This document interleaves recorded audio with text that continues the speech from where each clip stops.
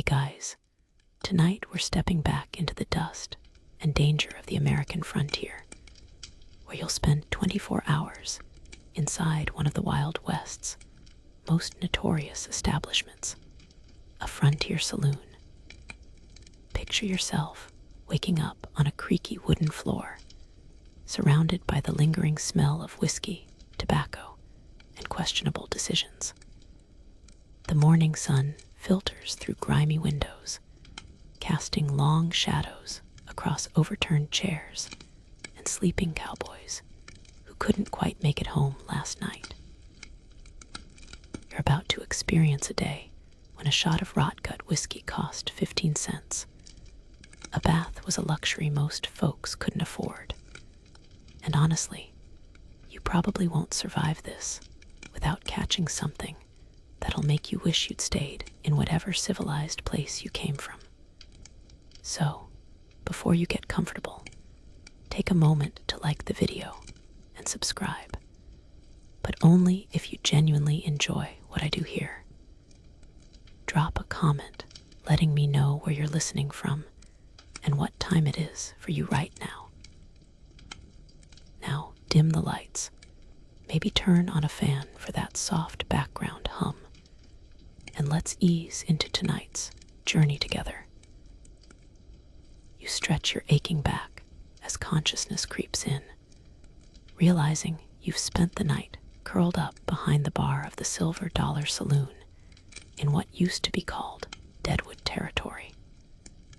The year is 1876, and you're the newest employee of proprietor Bill McCarthy, a man whose handlebar mustache could probably deflect bullets, and whose moral compass points wherever the money is.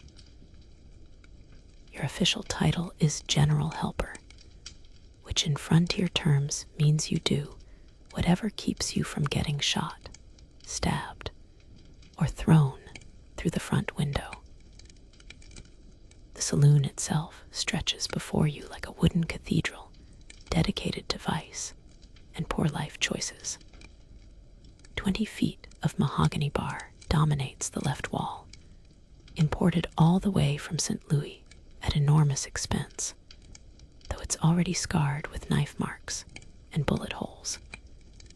Above it hangs a massive mirror that somehow survived the journey west intact, a minor miracle considering most freight wagons treated cargo about as gently as a bull treats a china shop. The mirror reflects the morning light streaming through windows that haven't seen soap and water since President Grant was in office. Behind the bar, shelves lined with bottles create a colorful display of liquid salvation and damnation. Most contain genuine whiskey, though some hold what the locals euphemistically call coffin varnish, a concoction of grain alcohol, tobacco juice, and whatever else the local moonshiner thought might add character. Historians still argue whether the average frontier saloon served more legitimate liquor or creative chemistry experiments, but your taste buds will unfortunately provide first-hand evidence by day's end. The main floor spreads out before you, furnished with a dozen round tables surrounded by mismatched chairs that have seen more violence than a Civil War battlefield. Each table bears the scars of heated arguments settled with knives, and you notice dark stains in the wood that you desperately hope are just spilled whiskey. A small stage occupies the far corner, where a painted backdrop depicts rolling green hills that exist nowhere within 500 miles of this particular slice of hell. You hear stirring from the rooms upstairs, where the soiled doves are beginning their own daily routines. These women represent one of the Wild West's most complex social dynamics, simultaneously shunned by polite society and essential to frontier town economics. They're independent businesswomen in an era when most women couldn't own property, yet they operate on society's absolute margins. It's a contradiction that perfectly captures the frontier's bizarre blend of progressive necessity and conservative judgment. As you stand and dust off your clothes, you notice 3 cowboys still unconscious near the far wall, their hats serving as makeshift pillows, and their boots pointing in directions that suggest last night involved significant amounts of that coffin varnish. One of them snores with the volume and rhythm of a lumber mill, while another clutches an empty bottle like a beloved pet. The third has somehow managed to sleep through everything while wearing his spurs, which seems both impressive and potentially dangerous for everyone involved. The morning air carries the familiar cocktail of frontier town smells: wood smoke from cooking fires, horse manure from the street, and that distinctive aroma of too many people living too close together with insufficient bathing facilities. It's a smell that visitors never forget and locals learn to ignore, like living next to a tannery or a politician's promises. You realize that Bill McCarthy will be down shortly to begin another day of separating miners from their gold dust, cowboys from their wages, and travelers from their common sense. The silver dollar operates on the simple principle that men with money in their pockets and limited entertainment options will gladly pay premium prices for inferior products, as long as those products promise temporary escape from the harsh realities of frontier life. Through the window, you watch Deadwood slowly wake up. A few early risers shuffle down the main street, dodging the more fragrant obstacles left by horses and oxen. The blacksmith's fire already glows red in his shop, and you can hear the rhythmic hammering that provides the town's heartbeat. Soon, this sleepy scene will transform into the chaotic dance of commerce, vice, and violence that defines every day in a boomtown built on gold dust and desperate dreams.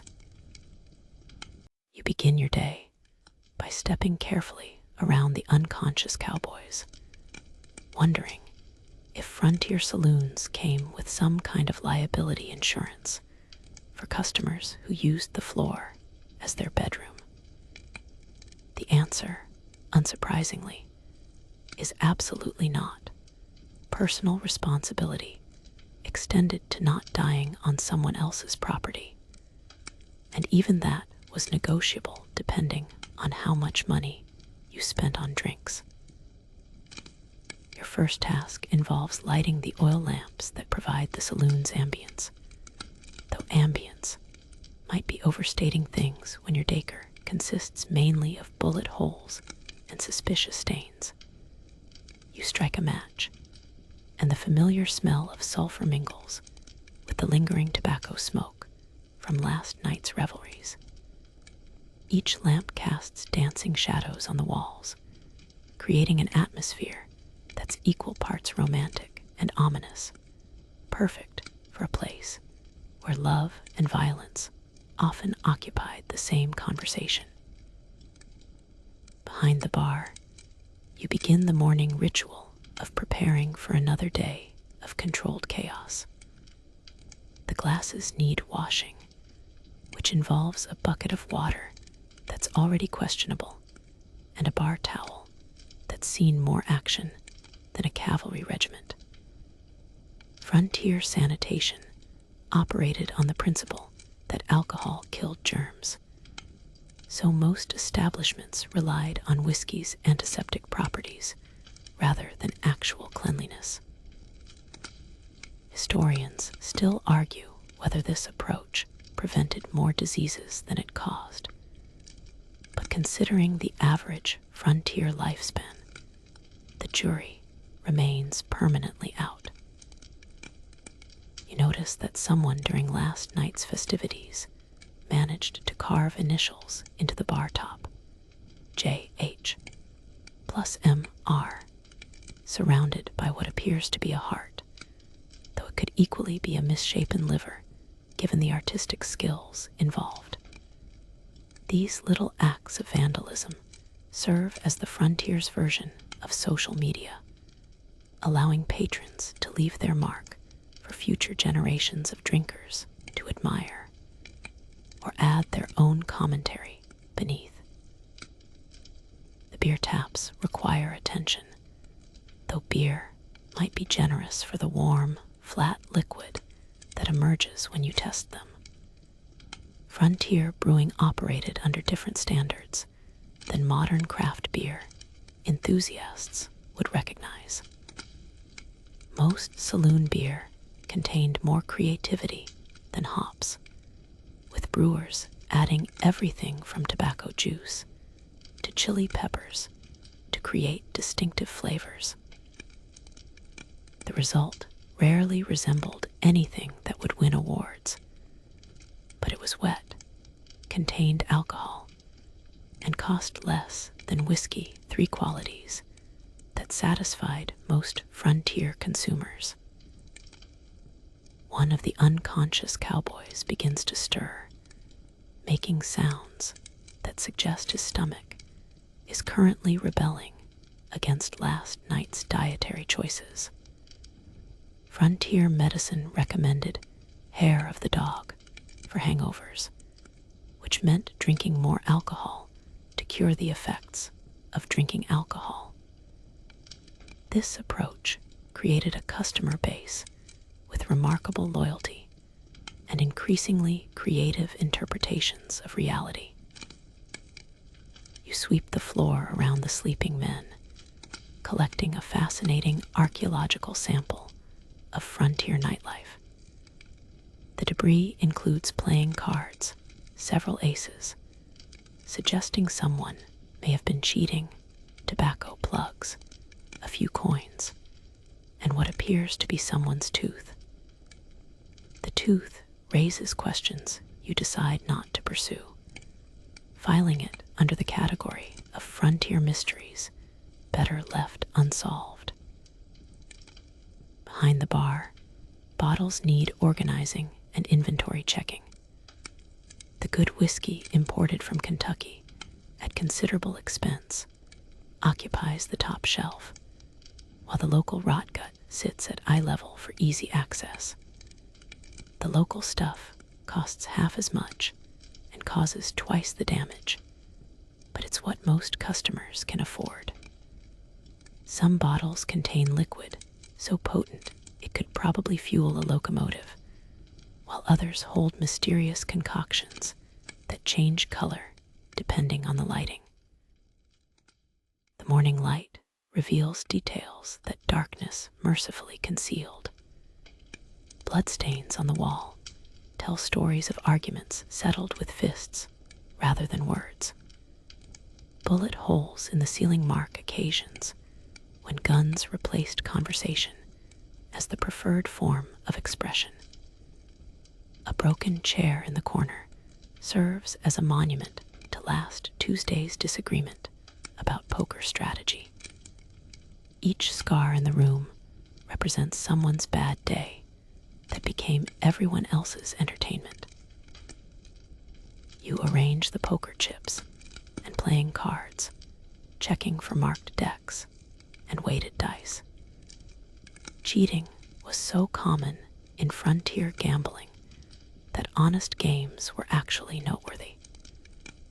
Most saloons maintained an uneasy balance between allowing enough cheating to keep things interesting, while preventing so much that customers started shooting each other before they finished spending their money. The spittoons need emptying. A task that ranks somewhere between unpleasant and deeply regrettable on the frontier job satisfaction scale. These brass receptacles served essential functions in an era when tobacco chewing was considered both fashionable and medically beneficial. Some frontier doctors actually prescribed tobacco for various ailments, creating patients who were simultaneously treating their health and destroying it. Upstairs, you hear the sounds of the working girls beginning their preparations for another day of complex social navigation. Their morning routines involve challenges that most frontier women never faced, maintaining some semblance of respectability while working in society's margins, managing business relationships with men who viewed them as either saints or sinners depending on their current needs, and somehow saving enough money to eventually escape the life they'd chosen or had chosen them. As you finish arranging bottles and polishing glasses with questionable effectiveness, Bill McCarthy's heavy footsteps echo down the wooden stairs. His arrival signals the official beginning of another day at the Silver Dollar, where whiskey flows like water, and water is considerably more expensive than whiskey. Bill McCarthy descends the stairs like a bearded avalanche, his massive frame requiring both hands on the railing to prevent structural damage to the building. His morning greeting consists of grunting something that might be good morning, or might be an ancient curse. With Bill, the distinction often blurred depending on how much of his own inventory he'd sampled the previous evening. Coffee, he rumbles, his voice carrying the authority of a man who once talked his way out of a hanging by convincing the lynch mob he owed them money. You pour him a cup of what passes for coffee in frontier establishments, liquid that could probably etch glass, and has been brewing since sometime during the Polk administration. Bill drinks it without flinching, which says something about either his fortitude or his damaged taste buds. The first real customers begin trickling in as the sun climbs higher, and you quickly learn that morning drinking holds a place of honor in frontier culture. The early crowd consists primarily of miners heading to their claims, cowboys preparing for another day of cattle-related adventures, and traveling salesmen who have discovered that facing frontier life sober requires considerably more courage than most people possess. 3 miners shuffle in, their clothes still bearing yesterday's dust, and their eyes bearing that haunted look of men who spend their days digging holes in the ground while hoping to strike it rich. Mining was perhaps the most optimistic form of manual labor ever invented, backbreaking work based on the mathematical principle that the next shovelful of dirt might contain enough gold to change everything. Historians still argue whether the average miner made more money digging or would have done better investing in literally anything else. But hope apparently weighs more than economic reality. Whiskey, the first miner croaks, sliding a pinch of gold dust across the bar. You measure it carefully, knowing that accurate weights mean the difference between profit and bankruptcy. Gold dust was the preferred currency in mining towns, though its value fluctuated based on factors ranging from recent strikes to how generous the Asir felt on any given Tuesday. The miners discuss their prospects with the eternal optimism of men who have convinced themselves that poverty is just a temporary inconvenience before inevitable wealth. They trade stories of veins that promise fortune and claims that definitely contain more gold than the ones they're currently working. These conversations follow patterns as predictable as sunrise, with each man certain that his particular hole in the ground will prove different from everyone else's particular hole in the ground. A cowboy enters, his bow-legged walk suggesting long hours in the saddle, and his expression suggesting even longer hours thinking about things that aren't cattle. Cowboys represented the frontier's version of seasonal workers employed during cattle drives and roundups, unemployed during winter months when survival became a full-time occupation. Most spent their wages as quickly as they earned them, operating on the economic theory that money in hand beats money in the bank when banks were scarce and life was uncertain. He orders beer, which you pour from a barrel that's been sitting in the heat long enough to develop its own ecosystem.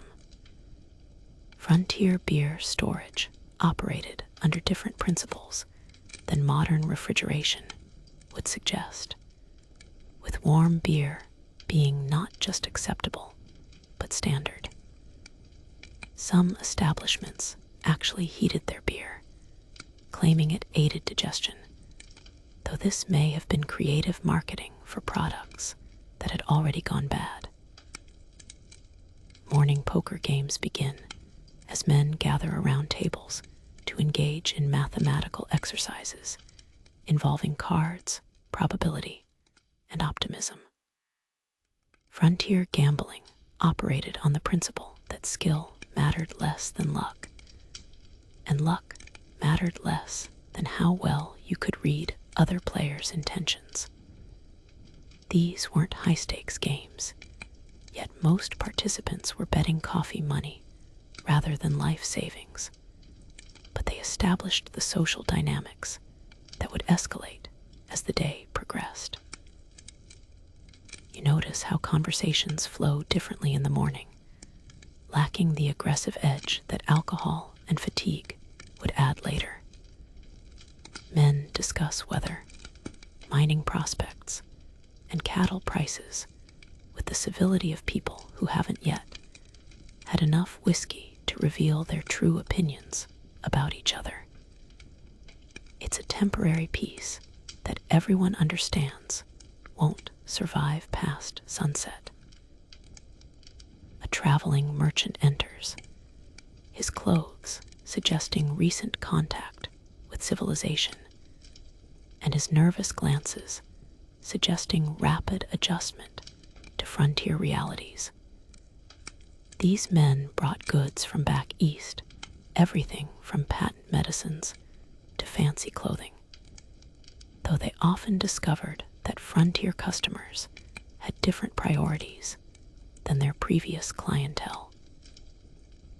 What sold well in St. Louis might gather dust in Deadwood, while items considered worthless in civilized places commanded premium prices where they were scarce. The merchant orders whiskey, but requests it diluted with water, prompting eye rolls from the miners and cowboy. Diluting whiskey was considered both wasteful and suspicious in frontier culture, suggesting either weak constitution or Eastern sensibilities, both potential character flaws in environments where strength was currency. As morning progresses toward midday, you sense the saloon's energy beginning to shift.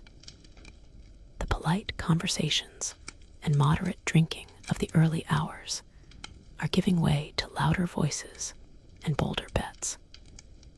The transformation happens gradually, like watching a storm build on the horizon. You can feel the electricity in the air before the lightning starts. The silver dollar transforms as the sun reaches its peak, evolving from sleepy morning gathering place to bustling center of frontier commerce and social interaction. The midday crowd brings energy that crackles through the air like static before a thunderstorm, and you find yourself moving faster to keep up with demands that range from reasonable to completely insane. A group of freight haulers burst through the doors, their clothes dusty from the trail, and their voices loud with the relief of men who have successfully transported goods across territory where success was never guaranteed. These men drove wagon trains through country where the landscape itself seemed designed to kill them, facing everything from river crossings that could swallow entire wagons to weather that changed from pleasant to deadly without warning. Whiskey all around, shouts their leader, a mountain of a man whose beard contains enough dust to start its own mining claim. We made it from Denver without losing a single wagon. This announcement draws appreciative nods from other patrons who understand that successful freight runs were victories worth celebrating. The alternative, dead haulers and scattered cargo, littered the trails between frontier towns like grim reminders of transportation's risks. You pour their drinks while listening to their stories of the journey. They describe river crossings where swift currents nearly claimed 2 oxen mountain passes, where late spring snow forced dangerous detours, and one terrifying night when they heard wolves howling close enough to make the livestock nervous.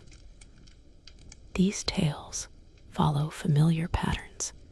Every successful freight run involved at least one near disaster that could have ended everything.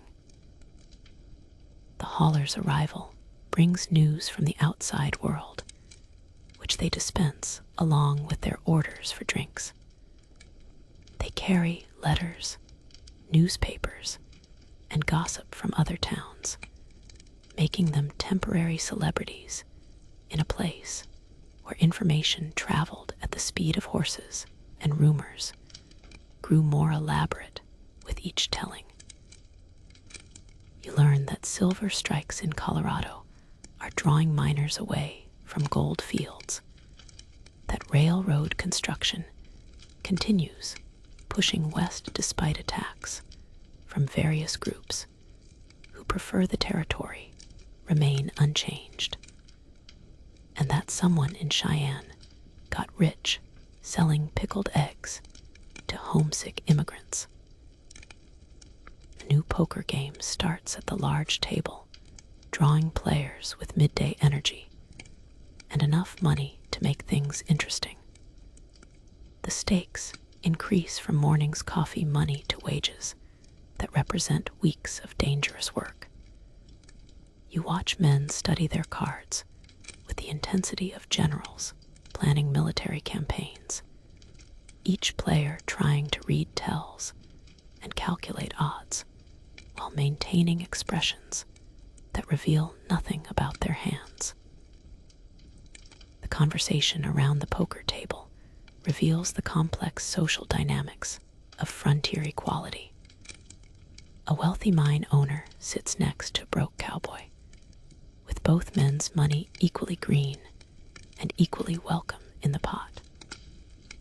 Frontier gambling was one of the few activities where social class mattered less than skill and luck, creating temporary democracies around card tables where success depended on what you could do rather than where you came from. Behind the bar, you struggle to keep up with orders while Bill McCarthy supervises with the intensity of a man whose business success depends on maximizing profits from every customer interaction. He points out which bottles to use for which customers, the good whiskey for the freight haulers who can afford it, the rot gut for miners watching their gold dust, and the mysterious middle grade stuff for everyone else who wants something better than poison, but can't quite afford premium quality. A fight nearly breaks out when one poker player accuses another of cheating, though the accusation gets diffused when a third player points out that everyone at the table has been cheating, so it cancels out. This frontier logic, that universal dishonesty, creates its own form of fairness, somehow makes sense in an environment where survival often required creative interpretations of conventional morality. The midday crowd includes men from various backgrounds thrown together by frontier circumstances. Former Civil War soldiers sit next to recent immigrants who barely speak English, while educated men who came west for their health share drinks with illiterate prospectors who came west for their fortune. Historians still argue whether frontier towns created more social mobility or just different forms of social stratification. But the saloon at midday certainly looked like democracy in action, even if it was democracy lubricated by alcohol and motivated by greed. A merchant tries to sell patent medicine to anyone who will listen, claiming his bottles contain cures for everything from baldness to moral weakness. Frontier medicine operated under different standards than modern pharmaceutical regulation would suggest, with most medicines containing alcohol as their primary active ingredient. Some were harmless placebos, others were essentially flavored whiskey, and a few contained ingredients that were genuinely dangerous, though not always for the reasons advertised. You notice how money changes hands constantly throughout the midday rush, creating a complex economy where gold dust, silver coins, paper currency, and IOUs all served as legal tender depending on who was offering and who was accepting. The frontier operated on credit systems that would mystify modern economists, with debts and favors creating webs of obligation that sometimes mattered more than actual cash. As afternoon approaches, you sense the energy building towards something more intense than morning's polite socializing or midday's commercial bustle. The combination of alcohol, money, and men with limited outlets for frustration was creating conditions that historically led to either spectacular entertainment or spectacular violence, and sometimes both simultaneously. The afternoon brings a different rhythm to the silver dollar as someone finally coaxes music from the battered piano in the corner, though music might be generous for the sounds emerging from an instrument that survived more violence than most people. The piano player, a thin man with nervous eyes and surprisingly nimble fingers, begins with melodies that actually resemble recognizable songs, transforming the saloon's atmosphere from purely commercial to something approaching civilized entertainment. His repertoire includes popular tunes of the era, though filtered through frontier sensibilities that prefer volume over precision. Oh, Susanna, becomes a rousing sing-along that drowns out conversations about mining claims and cattle prices, while Camptown Races inspires some customers to attempt dancing despite floor space limitations and sobriety deficiencies. The music creates temporary unity among men who might otherwise settle their differences with firearms. You notice how the piano's presence changes social dynamics throughout the room. Conversations become more animated, laughter comes easier, and even the poker players seem less intensely focused on reading each other's tells. Music apparently has civilizing effects on frontier behavior, though you suspect this improvement might be temporary and alcohol dependent. A traveling performer enters during one of the piano player's brief rest periods, carrying a worn leather case that proves to contain a violin. His arrival generates excitement among customers who recognize him from previous visits to Deadwood, and his reputation precedes him like a favorable wind. This man, who goes by Fiddlejack, though his real name remains mysterious, represents the frontier's version of traveling entertainment, bringing culture to places where culture was scarce and desperately appreciated. Fiddlejack's performance begins with traditional melodies that remind listeners of homes left behind and lives abandoned for frontier dreams. His bow draws sounds from the instrument that seem impossible given its battered appearance, creating music that fills emotional spaces most customers didn't realize were empty. You watch grown men with tears in their eyes as familiar tunes transport them to memories of family gatherings, church services, and social events from their previous lives. The entertainment evolution continues as Fiddlejack transitions from nostalgic melodies to livelier tunes that inspire increasingly enthusiastic audience participation. Men begin clapping along, stamping their boots in rhythms that threaten the building's structural integrity, and attempting harmony that succeeds through enthusiasm what it lacks in technical skill. The saloon transforms from drinking establishment to impromptu concert hall, with acoustics provided by wooden walls and participation encouraged by liquid courage. Between musical selections, customers share stories and jokes that reveal frontier humor's distinctive characteristics. The humor tends toward the practical and often the dark, finding comedy in situations that would horrify more civilized audiences. Stories about survival, close calls, and ridiculous mishaps generate laughter that serves as psychological release for men facing daily dangers and uncertainties.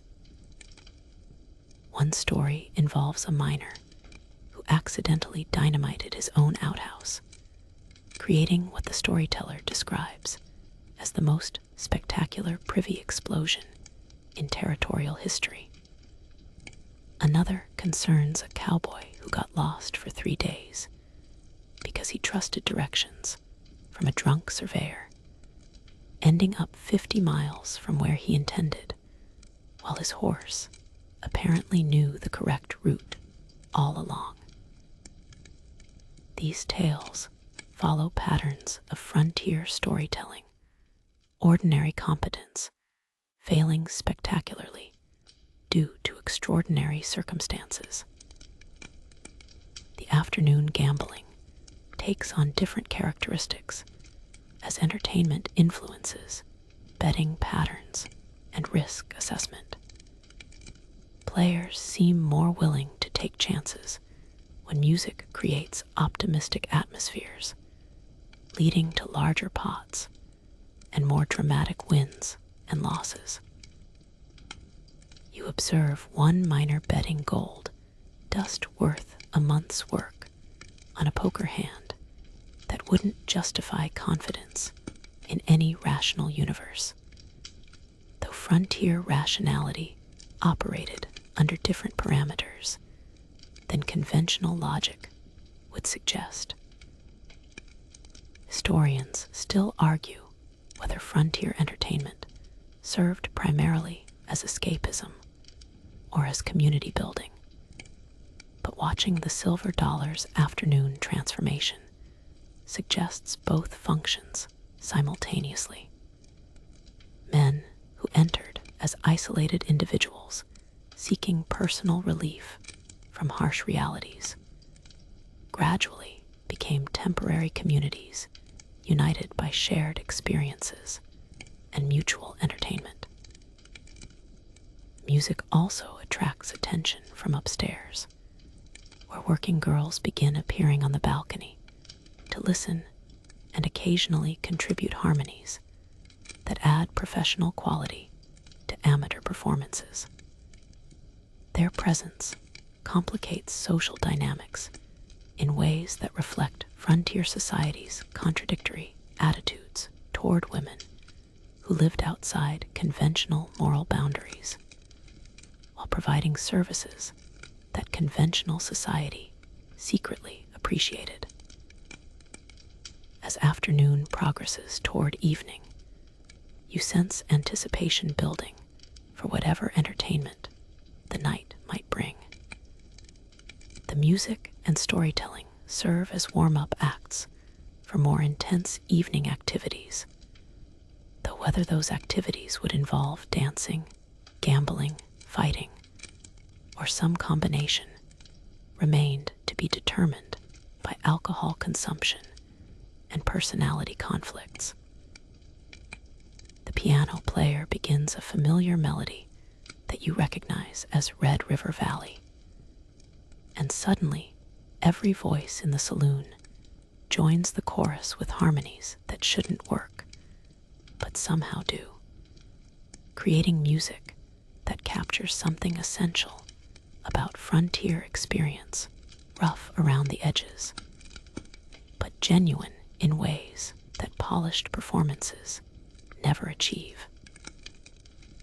As evening approaches, the working girls of the Silver Dollar begin their descent from the upstairs rooms, transforming the saloon's social dynamics in ways that reveal frontier society's most complex contradictions. These women navigate territory more dangerous than any physical landscape, the intersection of economic necessity, social prejudice, and masculine desire in an environment where all three could prove fatal. The first to appear is Sarah, a woman in her 20s whose carefully maintained appearance suggests both pride and pragmatism. Her dress, far fancier than anything most frontier women could afford, represents significant investment in professional appearance, though its bright colors and low neckline clearly mark her occupation to anyone familiar with frontier social codes. She moves with confidence that comes from surviving in circumstances that would destroy most people, though her eyes carry wariness that never fully disappears. Sarah's arrival changes the atmosphere immediately. Conversations become louder and more boisterous as men try to impress or at least get noticed, while simultaneously becoming more cautious as social complexities multiply exponentially. You observe the delicate dance of interaction, men who desperately want attention, competing with social conditioning that labels such women as simultaneously desirable and deplorable. Behind Sarah comes Rose, an older woman whose experience shows in her careful assessment of the room's occupants and their potential for both profit and trouble. Rose represents frontier pragmatism at its most refined.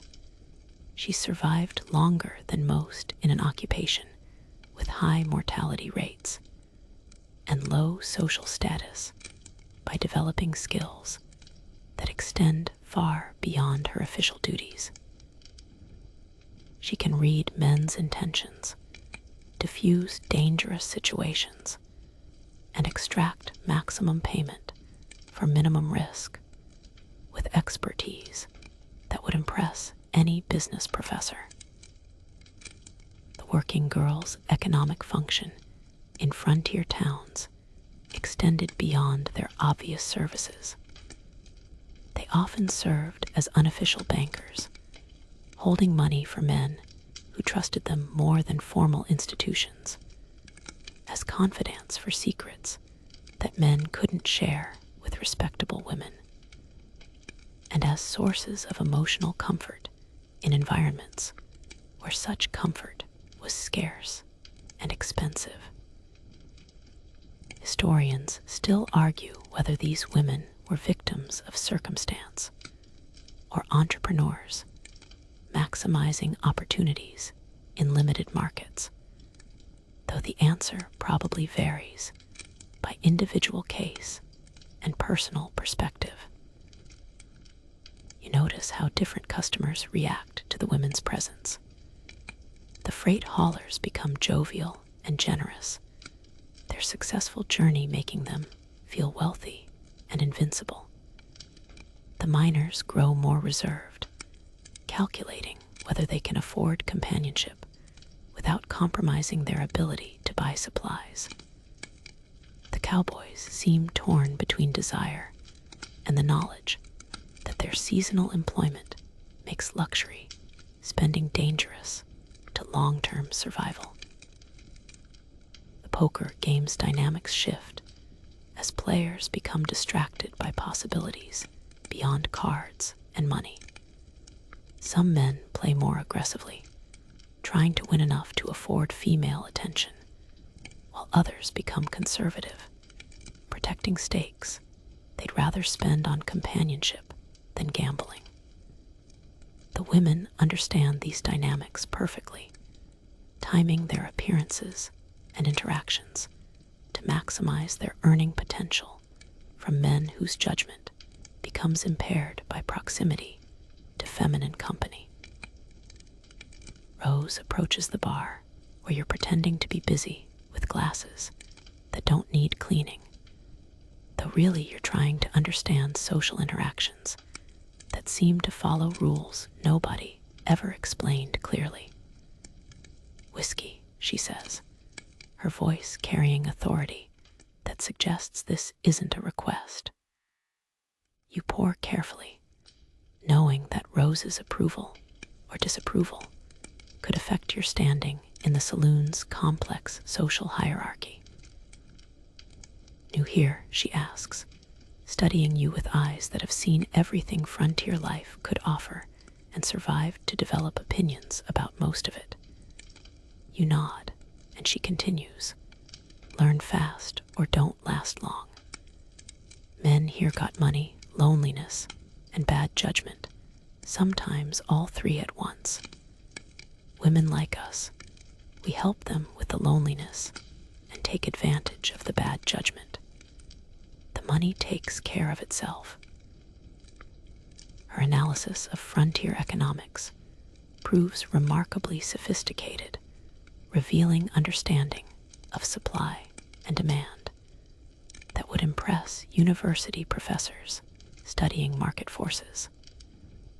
These women operated businesses in hostile environments with no legal protection, minimal social support, and constant physical danger.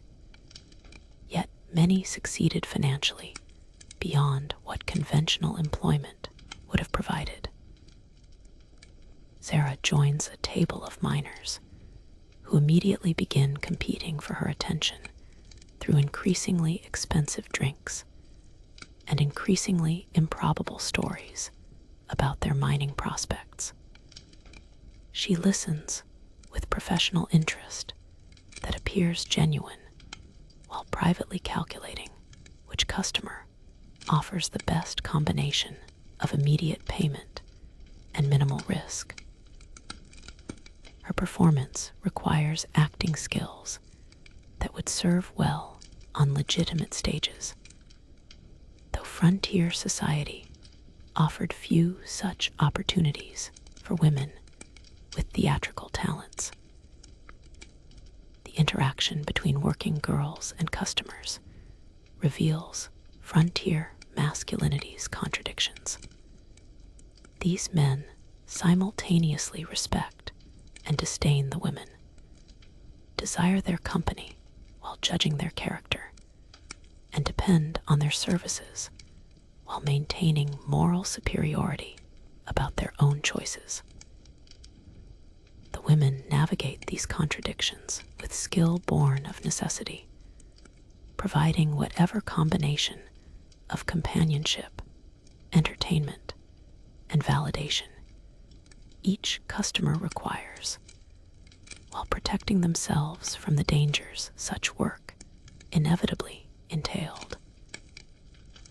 As full evening approaches, you sense the building tension that comes when alcohol, money, masculine competition, and feminine attention occupy the same space. The working girls represent both the promise of pleasure and the potential for violence that defined frontier social interactions, creating dynamics that could explode into celebration or catastrophe, depending on factors too complex for prediction. As darkness settles over Deadwood like a blanket with questionable intentions, the silver dollar transforms into the town's unofficial financial district, where fortunes change hands with the speed of playing cards and the reliability of frontier justice. The oil lamps cast dancing shadows that make every face look either villainous or desperate, though in most cases the distinction proves academic, since desperation often leads to villainy when money's involved. The evening's main poker game assembles at the largest table, drawing players whose stakes have escalated from afternoon's modest wages to sums that represent months of dangerous work.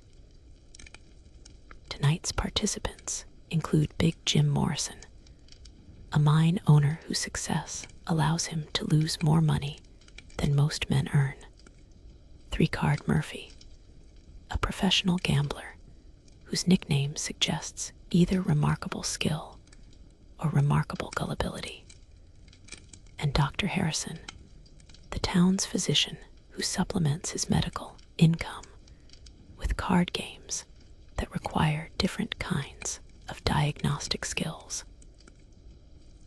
You watch the initial deal with fascination and growing dread, sensing that tonight's game carries potential for drama that extends far beyond simple entertainment. The pot starts with gold dust worth more than most frontier workers see in half a year, and early betting patterns suggest participants view this as serious business rather than casual recreation. The atmosphere around the table grows thick with concentration and suspicion, as each player studies opponents for tells while concealing their own reactions. Big Jim opens the betting with casual confidence that comes from owning successful mining claims, though mining fortunes were notoriously unstable, and today's wealth could become tomorrow's bankruptcy, depending on factors ranging from ore quality to claim disputes to simple bad luck. His bet represents either supreme confidence in his cards or supreme indifference to money, both dangerous attitudes in high-stakes frontier gambling. Three-card Murphy responds with mathematical precision, his betting patterns revealing years of experience, calculating odds, and reading opponents' psychology. Professional gamblers on the frontier operated under different pressures than their modern counterparts, facing not just financial losses, but potential violence from customers who interpreted losing as evidence of cheating. Murphy's survival in this occupation suggests skills that extend beyond card manipulation to include conflict avoidance and threat assessment. Dr. Harrison brings analytical thinking to poker strategy, treating card games like medical diagnoses that require careful observation and logical deduction. His medical training provides advantages in reading physical tells, unconscious behaviors that reveal information about opponents' hands, though applying scientific method to gambling remains imperfect science, given human psychology's fundamental unpredictability. The betting escalates through rounds that see fortunes shifting like sand dunes in windstorms. You observe men risking everything on combinations of cards and luck, their decisions influenced by alcohol consumption that impairs judgment while increasing confidence. Frontier gambling operated on emotional logic that valued dramatic gestures over conservative strategy, creating games where rational behavior often proved less profitable than inspired recklessness. Spectators gather around the table, creating an audience whose presence adds pressure to players' decision-making, while providing entertainment for customers who prefer watching others risk their money to risking their own. The crowd's reactions influence betting patterns as players respond to perceived audience approval or disapproval, turning individual card games into community theater with financial consequences. A dispute arises when three-card Murphy questions the legitimacy of Big Jim's last draw, suggesting that cards might have been manipulated during the deal. Such accusations in frontier gambling were extremely serious, potentially leading to violence that could end careers or lives depending on participants' skills with weapons other than cards. The tension around the table becomes thick enough to cut with a knife, though hopefully it won't come to actual knife cutting. Bill McCarthy intervenes with diplomatic skills that suggest previous experience mediating gambling disputes, proposing a solution that allows both men to maintain honor while avoiding bloodshed that would damage furniture and discourage future customers. His solution involves reshuffling and redealing, with both disputed parties agreeing to accept results without further accusations or complaints. A frontier compromise that prioritizes conflict resolution over absolute justice. Historians still argue whether frontier gambling served primarily as entertainment or economic redistribution. But watching the Silver Dollar's evening game suggests both functions simultaneously. Money flows from unlucky or unskilled players to those blessed with superior cards or superior psychology, creating temporary wealth transfers that could change men's circumstances overnight. The game's intensity increases as stakes continue rising and alcohol continues flowing, creating conditions where rational decision-making becomes increasingly difficult, while potential consequences become increasingly severe. You realize that tonight's poker game represents frontier life in microcosm, high risk, uncertain rewards, and outcomes determined by combinations of skill and luck that no one can control completely. As the evening progresses toward night, you sense that the current poker game represents just the beginning of whatever drama the darkness might bring. The money on the table has reached levels that make losing genuinely painful, while winning could provide life-changing opportunities, creating motivations for behavior that extends beyond simple gambling into territory where desperation and opportunity create dangerous possibilities. The Silver Dollar's kitchen, and using the term kitchen requires considerable generosity toward culinary terminology, begins producing what passes for dinner service as evening settles into full darkness outside. The cooking facilities consist of a wood-burning stove that predates statehood and a collection of pots that have seen more battles than most Civil War veterans.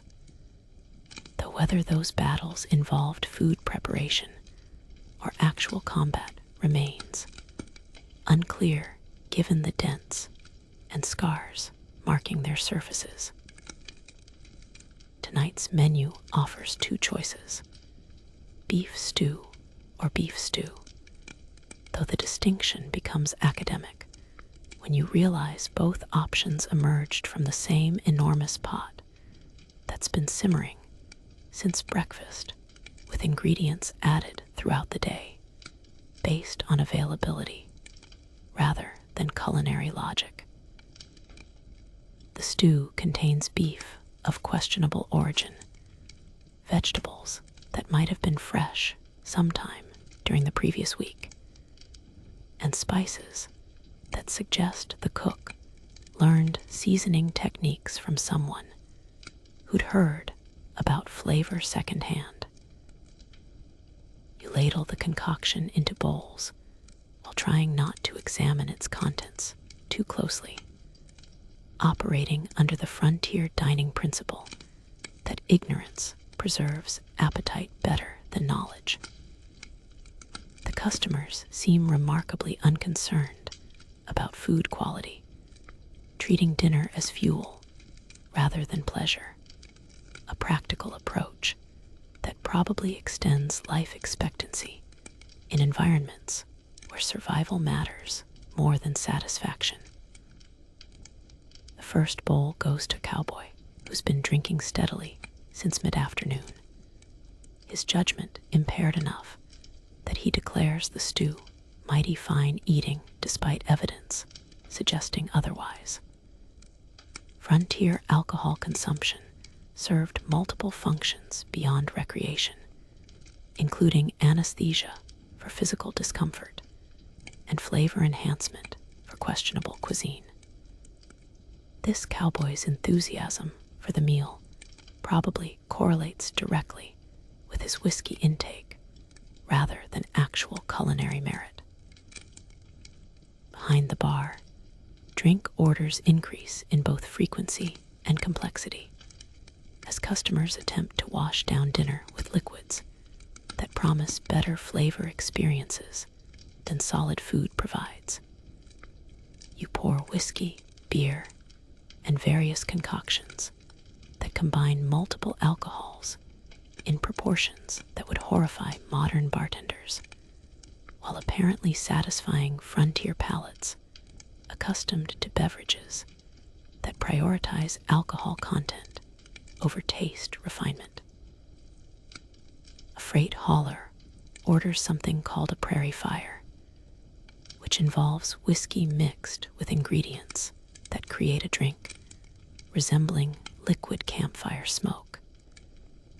The recipe apparently originated from a bet between drunk teamsters about who could create the most unpalatable beverage, though it somehow evolved into a legitimate order that customers request without irony.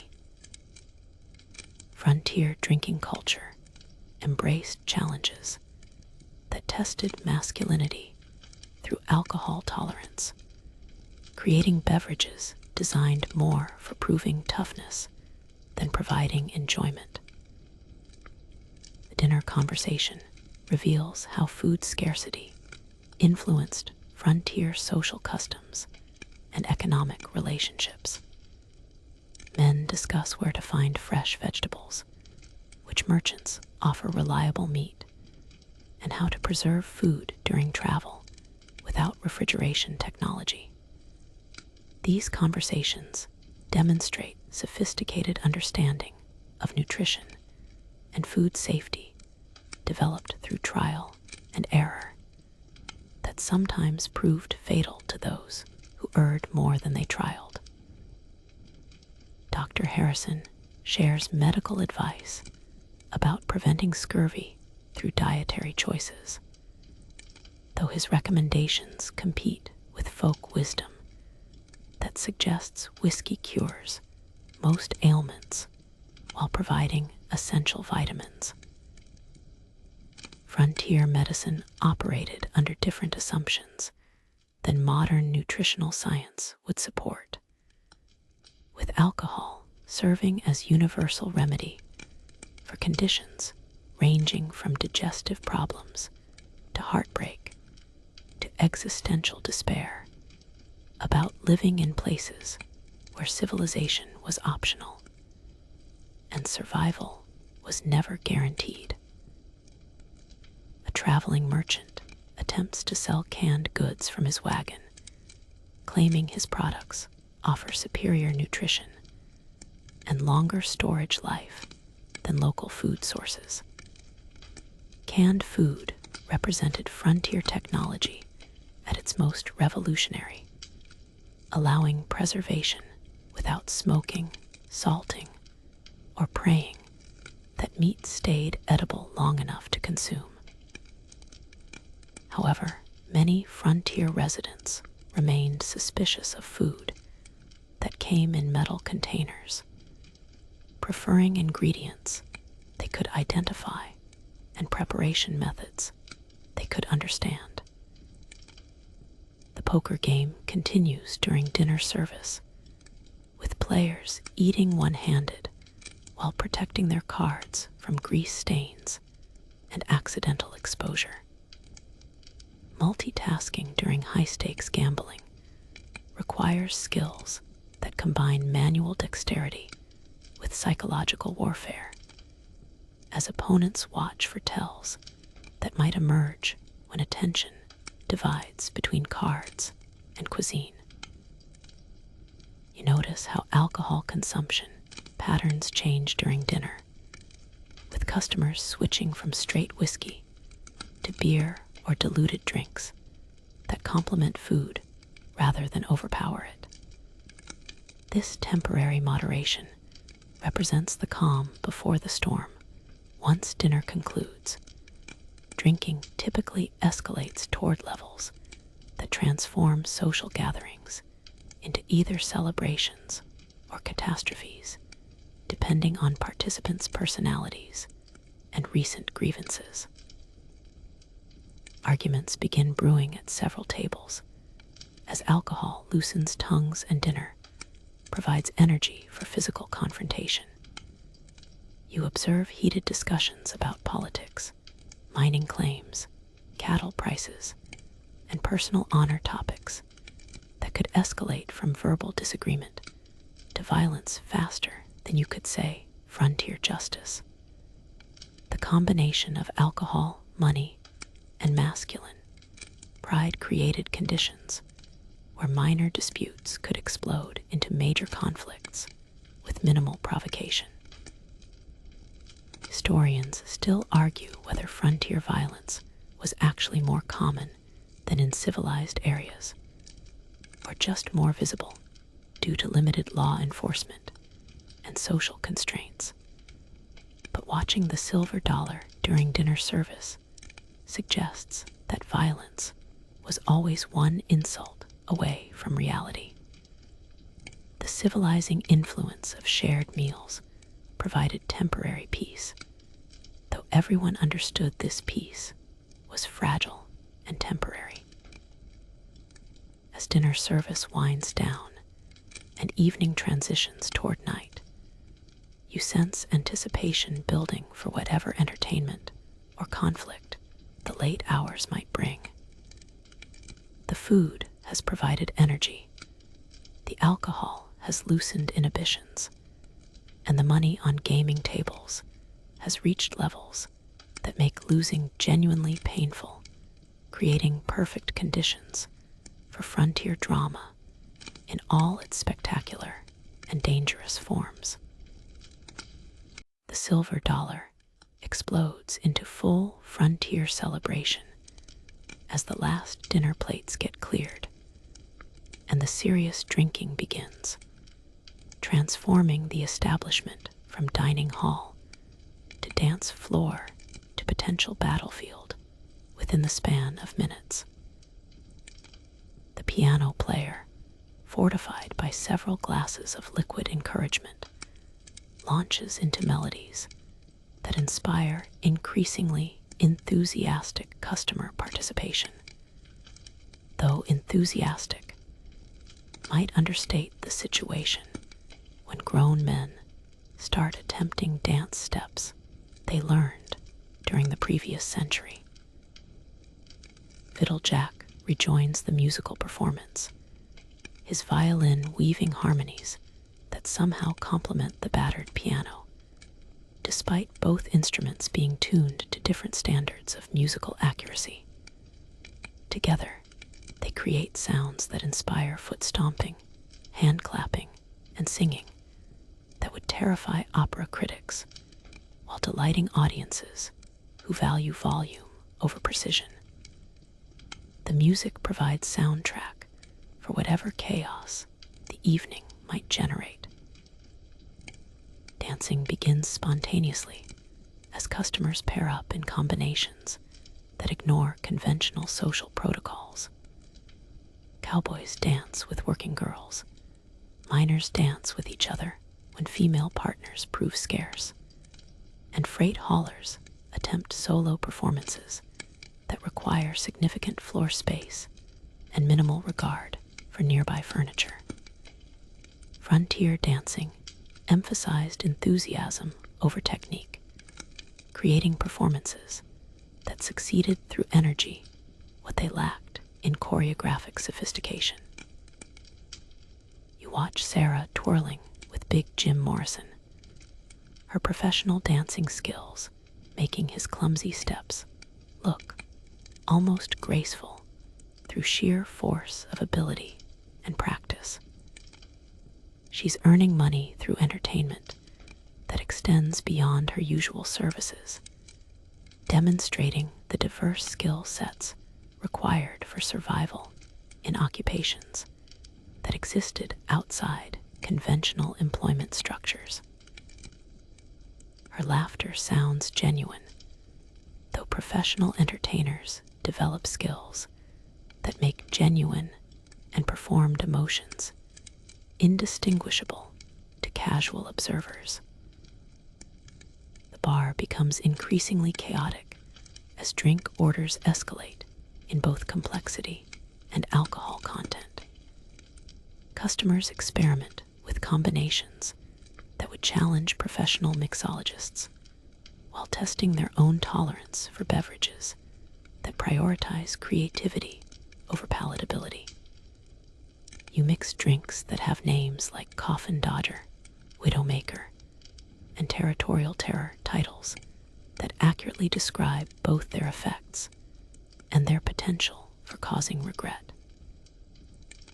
3 cowboys attempt harmony on Buffalo Gals, while demonstrating that musical ability and alcohol consumption operate on inverse relationships.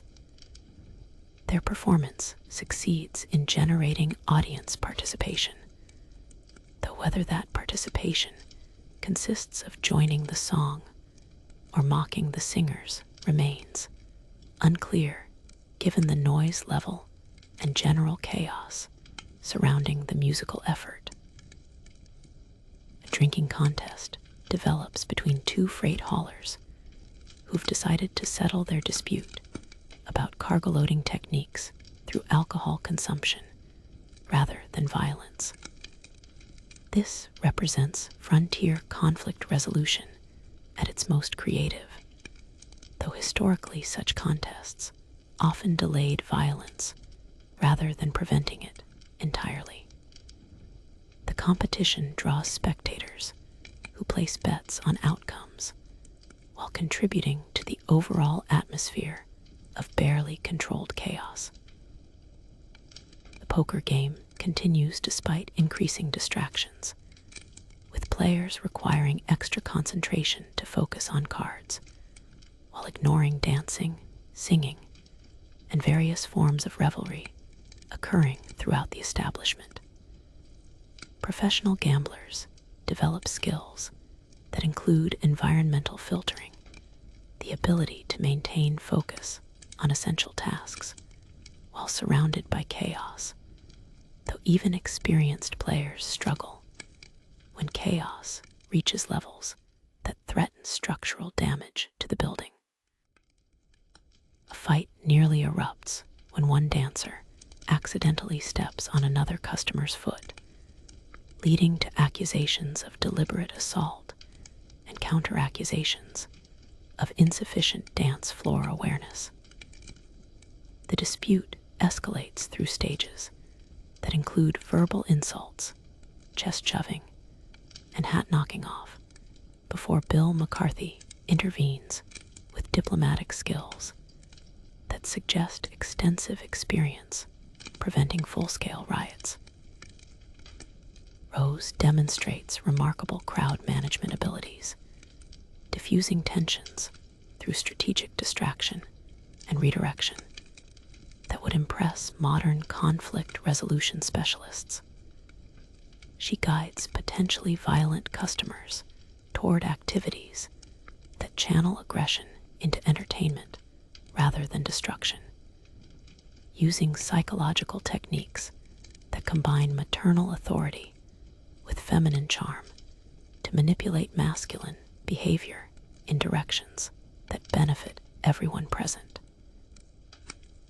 Musical entertainment reaches crescendo levels that threaten to wake customers in neighboring establishments, assuming anyone in Deadwood actually sleeps during Saturday nights when saloons operate at full capacity.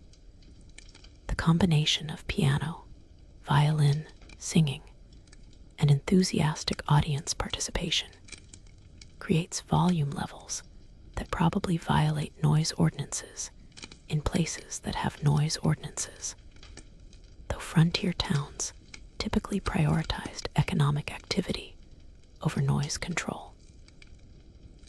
You notice how alcohol affects different customers in different ways, revealing personality traits that sobriety normally conceals. Some men become jovial and generous, buying drinks for strangers and sharing stories that make everyone laugh. Others grow melancholy and philosophical, contemplating life choices that brought them to frontier saloons on Saturday nights. A few become aggressive and confrontational, searching for excuses to prove their toughness through violence that could end careers or lives depending on participants' skills and luck. The working girls navigate this chaos with professional expertise, identifying customers whose alcohol consumption has reached optimal levels for their services, while avoiding those whose drinking has progressed toward dangerous instability. Their survival depends on reading subtle signs that distinguish between profitable customers and potentially violent ones, skills that require psychological insight combined with risk assessment abilities. Historians still argue whether frontier entertainment served primarily as release valve for social tensions or as catalyst that escalated minor conflicts into major violence. But watching the Silver Dollar's nighttime revelry suggests both functions simultaneously. The celebration provides outlet for stress and loneliness while creating conditions where small disputes can explode into large problems with minimal warning. As the night progresses toward its peak hours, you sense building towards some kind of climax that could involve either spectacular entertainment or spectacular disaster, or knowing frontier nightlife, quite possibly both occurring simultaneously in ways that create stories people tell for years afterward. As midnight approaches and the revelry reaches fever pitch, the Silver Dollar's social dynamics shift into more complex territory where public entertainment gives way to private negotiations and whispered conversations that reveal frontier societies' hidden networks of power, influence, and mutual dependency. The loudest customers continue their celebrations, providing audio cover for quieter activities that occur in shadowy corners and upstairs rooms where serious business gets conducted away from public scrutiny. You observe Bill McCarthy engaging in hushed conversation with a well-dressed stranger whose expensive clothes and soft hands suggest recent arrival from civilized territory, though his presence in the Silver Dollar indicates business that requires frontier connections rather than Eastern refinement. Their discussion involves papers that change hands along with a leather pouch that clinks with the distinctive sound of gold coins, transactions that suggest commerce extending beyond simple saloon operations. The stranger represents the type of businessman who operates between civilized and frontier economies, facilitating trade that requires connections in both worlds while maintaining plausible deniability about specific activities. These men served essential functions in frontier development, though their methods often involved moral flexibility that would challenge conventional business ethics. Their success depended on understanding both legal commerce and extra-legal opportunities that existed in territories where law enforcement was sporadic and regulation was minimal. Behind the bar, you pretend to inventory bottles while actually listening to conversations that reveal Deadwood's complex social and economic networks. Local businessmen discuss mining claims that might be available for purchase, freight contracts that require discrete transportation services, and political developments that could affect territorial status and federal oversight. These discussions expose layers of frontier society that remain invisible during daylight hours when public behavior follows conventional protocols. Dr. Harrison approaches the bar during a lull in the poker game, ordering whiskey while engaging in conversation that initially seems casual, but gradually reveals serious undertones. He mentions patients with injuries that suggest violence, though he maintains professional discretion about specific details, while implying that certain activities in the territory involve risks that extend beyond occupational hazards. Some wounds tell stories, he says, studying his whiskey with the intensity of a man examining medical specimens. Stories about people who thought they were smarter than the territory, or tougher than the competition, or luckier than the odds. His comments suggest knowledge about conflicts and violence that don't appear in official records, indicating layers of frontier life that remain hidden from casual observers and historical documentation. Three-card Murphy joins the conversation, his professional gambler's perspective adding insights about underground economies that operate parallel to legitimate business activities.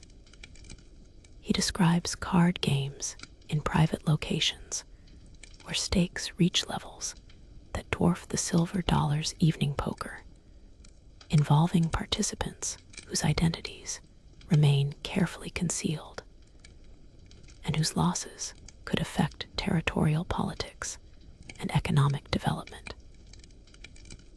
These private games represent frontier gambling at its most sophisticated and dangerous, attracting wealthy mine owners, territorial officials, and Eastern investors, whose participation requires absolute discretion. Murphy's stories suggest networks of influence and corruption that extend far beyond simple card, playing into territory where gambling serves as cover for political negotiations and business arrangements that couldn't occur through official channels. Rose approaches your section of the bar, her practiced eye scanning the room for potential problems, while her conversation reveals detailed knowledge about customer relationships, personal histories, and hidden motivations that influence behavior in ways that aren't immediately obvious. Her insights demonstrate how working girls develop information networks that rival official intelligence gathering, though their knowledge remains unofficial and discreetly applied. That freight hauler who's been buying drinks for everyone, she says, nodding toward the celebrating teamster. He's running from something back in Kansas. The mine owner losing at poker owes money to people who don't accept IOUs. The cowboy who keeps watching the door expects someone who might not be friendly. Her analysis reveals undercurrents of tension and danger that exist beneath the evening's entertainment, suggesting that frontier celebrations often mask anxiety about threats that could materialize without warning. A new arrival enters through the back door, avoiding the main entrance in ways that suggest preference for discretion over public visibility. This man's appearance generates subtle reactions throughout the establishment. Conversations pause momentarily. Eyes track his movement, and body language shifts in ways that indicate his presence carries significance beyond casual social interaction. The newcomer approaches Bill McCarthy's table, joining the ongoing discussion with the well-dressed stranger in ways that suggest prearranged meetings rather than coincidental encounters. Their conversation involves maps that get spread across the table, with fingers pointing to locations, while voices remain low enough to avoid casual eavesdropping. The maps appear to show mining claims, transportation routes, and territorial boundaries, information that could prove valuable to various interested parties.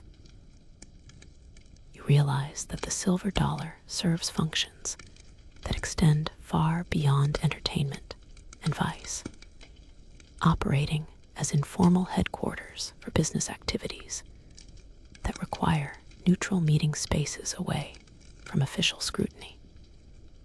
The saloon's reputation for discretion and Bill McCarthy's connections throughout the territory make it an ideal location for negotiations that involve legal ambiguities and require participant anonymity. Upstairs, sounds suggest activities that complement the downstairs entertainment, though the specific nature of those activities remains diplomatically ambiguous given the establishment's diverse service offerings.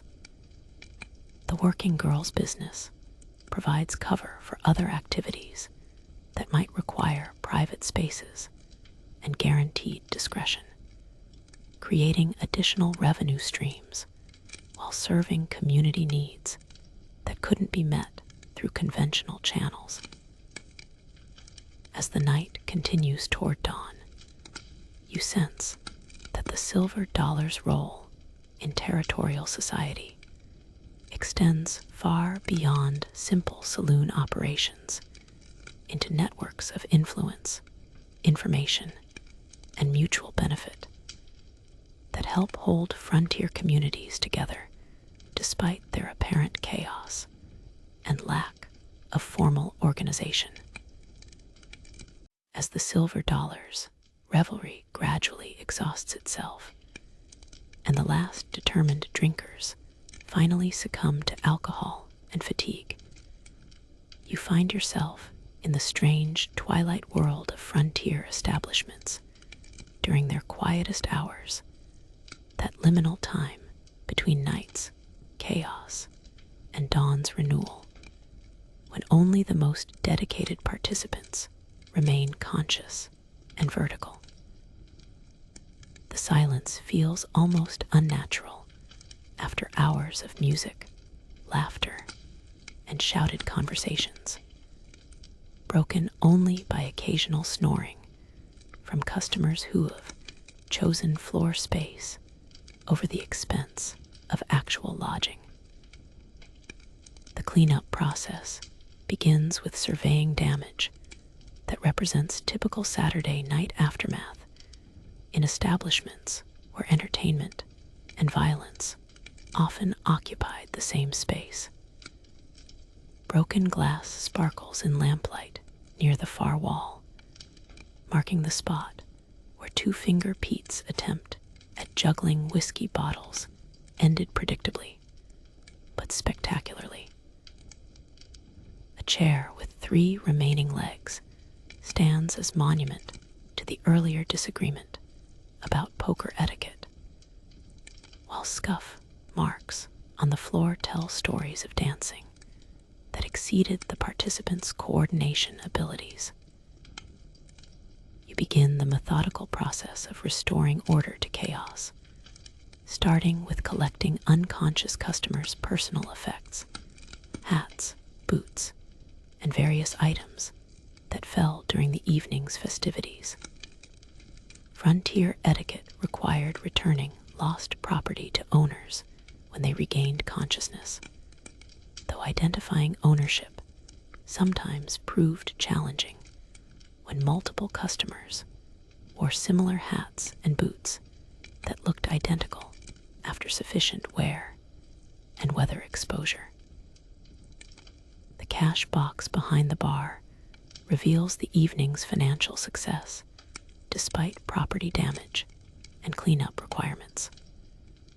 Gold dust, silver coins, and paper currency create a diverse collection that represents successful extraction of money from customers who received entertainment value equal to their expenditures.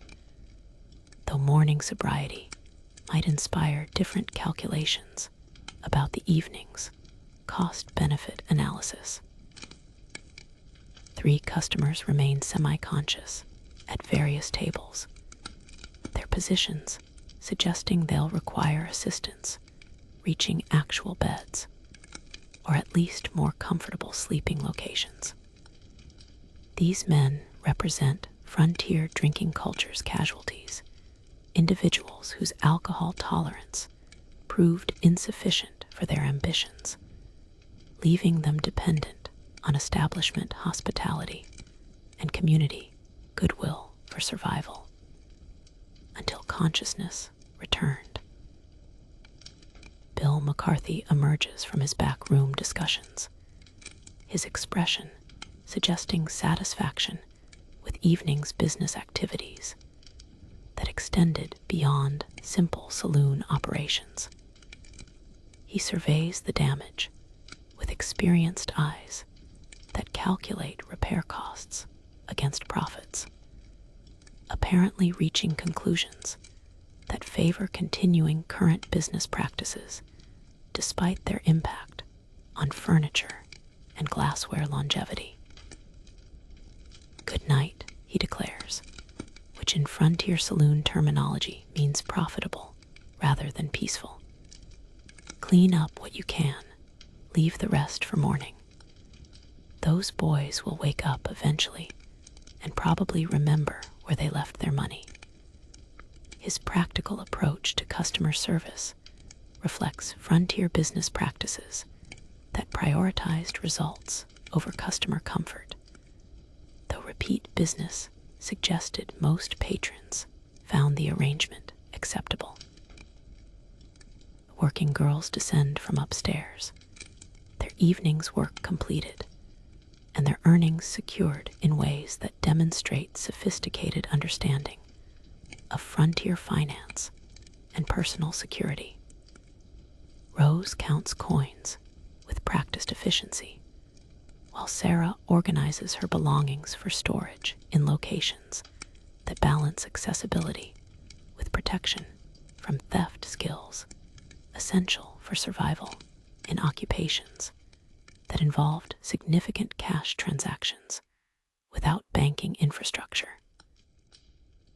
You notice how the establishment's atmosphere changes during quiet hours, revealing architectural details and decorative elements that become invisible during busy periods when attention focuses on immediate survival and entertainment. The wood grain in the bar shows craftsmanship that suggests builders who took pride in their work, despite creating structures for activities that challenged conventional morality. The mirror behind the bar reflects lamplight in ways that create almost artistic effects, though such aesthetic appreciation seems out of place in environments designed for practical rather than artistic purposes. Dr. Harrison remains at the poker table, though cards have been replaced by medical supplies, as he tends to minor injuries that accumulated during the evening's festivities. His dual role as physician and gambler represents frontier necessity that required individuals to develop multiple skill sets for economic survival and community service. His medical bag contains supplies for treating everything from cuts and bruises to more serious injuries that might require surgical intervention without anesthesia beyond whiskey. The late-night medical consultations reveal aspects of frontier life that remain hidden during daylight hours when public behavior follows conventional standards. Men seek treatment for conditions they prefer not to discuss publicly, while Dr. Harrison provides services that extend beyond simple medical care into counseling and advice about personal problems that affect health and well-being. Three-card Murphy organizes playing cards with obsessive attention to detail that suggests professional habits developed through years of handling equipment essential to his livelihood. His card maintenance ritual involves checking for marks, tears, and other damage that could affect game integrity, while examining each card for signs of wear that might provide unintended advantages to observant players. Historians still argue whether frontier establishments like the Silver Dollar served primarily as entertainment venues or as essential community infrastructure that provided services unavailable through conventional channels. But experiencing the quiet hours suggests both functions simultaneously. The saloon operated as unofficial social center, business meeting location, medical clinic, and entertainment venue, multiple functions that reflected frontier communities' need for institutions that could adapt to various requirements as circumstances demanded. As dawn approaches and cleanup continues, you realize that surviving 24 hours in a frontier saloon requires skills that extend far beyond serving drinks and avoiding violence into understanding complex social dynamics, economic relationships, and human psychology that determine success or failure in environments where both were measured in terms of physical survival and financial profit. The first pale light of another frontier dawn filters through the Silver Dollar's grimy windows, painting everything in soft gray tones that make the previous night's chaos look almost peaceful in the forgiving early morning light. You've survived your first complete cycle at the establishment, though survived might be optimistic since the day is young, and frontier life rarely allows for extended periods of safety or certainty. The unconscious customers begin showing signs of returning consciousness, their groans and muttered complaints providing morning's first entertainment as reality reasserts itself over alcohol-induced optimism. Two-Finger Pete sits up slowly, his expression suggesting that movement causes pain that extends beyond simple headache into territory where basic existence becomes questionable. His attempt to stand requires multiple efforts and assistance from furniture that wasn't designed for such purposes. You continue cleanup while contemplating the cyclical nature of frontier saloon operations. Each day brings similar customers with similar problems, seeking similar solutions through alcohol, gambling, and companionship that provide temporary relief without addressing underlying issues that drive men to spend their earnings in establishments like the Silver Dollar. It's a business model based on human psychology and economic desperation that proves remarkably sustainable despite its apparent self-destructive characteristics. Bill McCarthy appears with coffee that could dissolve horseshoes, his morning routine unaffected by the previous evening's festivities or business negotiations. His resilience suggests either exceptional constitution or extensive experience with frontier lifestyle demands that would challenge most people's survival abilities.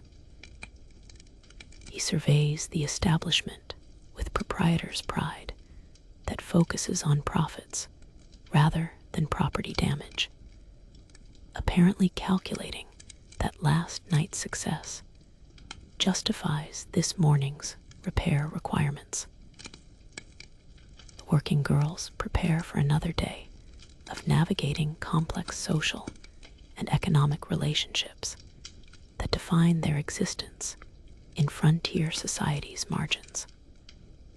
Rose counts her earnings while discussing business strategies with Sarah, their conversation revealing sophisticated understanding of customer psychology, risk management, and financial planning that would impress modern business consultants despite operating outside conventional commercial structures. Dr. Harrison packs his medical supplies after providing treatment for various minor injuries that accumulated during the evening's entertainment. His services demonstrating how frontier communities developed informal support systems that ensured survival despite lacking formal institutions. His dual role as physician and gambler represents adaptive strategies that individuals developed for economic survival in environments where specialization was luxury that few could afford. Three-card Murphy shuffles cards with mechanical precision that suggests morning ritual designed to maintain professional skills while assessing equipment condition after evening's use. His card handling demonstrates muscle memory developed through years of practice in occupation where manual dexterity could determine difference between profit and loss, success and failure, survival, and whatever alternatives frontier life offered to unsuccessful gamblers. Outside, Deadwood begins another day of organized chaos as miners head toward claims that might contain fortunes. Cowboys prepare for another day of cattle-related adventures, and merchants set up businesses designed to separate other people from their money through legal commerce rather than gambling and vice. The town's rhythm continues with predictable regularity despite individual lives that remain unpredictable and often brief. You realize that frontier establishments like the Silver Dollar serve essential functions in communities where formal social services don't exist and informal support systems develop around institutions that can adapt to multiple roles as circumstances require. The Saloon operates as entertainment venue, business center, medical clinic, social club, and temporary shelter, multiple functions that reflect community needs rather than conventional moral standards. The morning light reveals details that darkness concealed, including evidence of violence that occurred during previous evening's activities. Bullet holes in walls tell stories of arguments settled through firearms rather than negotiation, while bloodstains on floorboards mark occasions when conflict resolution failed entirely. These scars represent frontier life's harsh realities that persist despite temporary celebrations and companionship. As you finish cleaning glasses and organizing bottles for another day of controlled chaos, you contemplate the strange world you've entered, a place where civilization and wilderness meet in ways that create opportunities and dangers that exist nowhere else. The frontier offers possibilities for reinvention and success that civilized society doesn't provide, though those possibilities come with risks that challenge survival skills and moral flexibility. The Silver Dollar represents frontier America in microcosm, chaotic, dangerous, opportunistic, and somehow compelling despite its obvious problems and moral ambiguities. Men come here seeking escape from problems that follow them wherever they go, finding temporary relief through activities that create new problems while providing experiences that make survival feel like victory rather than mere existence. Historians still argue whether frontier establishments contributed more to community development or social deterioration. But experiencing 24 hours inside the silver dollar suggests both simultaneously places where human nature reveals itself in forms both inspiring and disturbing, creating communities that somehow function despite apparent chaos and lack of conventional organization. As another day begins in territorial America, you understand that survival requires skills that extend beyond simple endurance into understanding complex social dynamics, economic relationships, and human psychology that determine success in environments where both are measured in terms that civilized society would find difficult to comprehend or accept. And now, as we reach the end of our journey through this dusty, dangerous, and oddly compelling world, let yourself settle deeper into the quiet comfort of your own safe space. The chaos of the silver dollar fades like smoke on the wind, leaving only the gentle rhythm of your breathing and the soft sounds of night around you. You've witnessed a world where survival demanded constant vigilance, where community formed around shared dangers and temporary pleasures, where men and women created lives from nothing more than determination and the willingness to face each uncertain dawn. It was harsh, unforgiving territory that tested human nature at its limits, revealing both remarkable resilience and troubling darkness in equal measure. But that world exists now only in memory and imagination, preserved in stories that remind us how far we've traveled from those frontier days when civilization was optional and survival was never guaranteed. The dusty streets of Deadwood have given way to paved roads, the dangerous saloons to safer gathering places, the constant threat of violence to the protective embrace of law and order.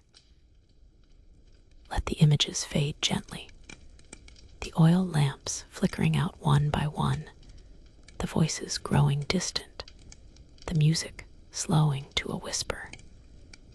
You're safe now in your own time, your own place, surrounded by the comforts and securities that those frontier folks could only dream about during their brief moments of rest between struggles.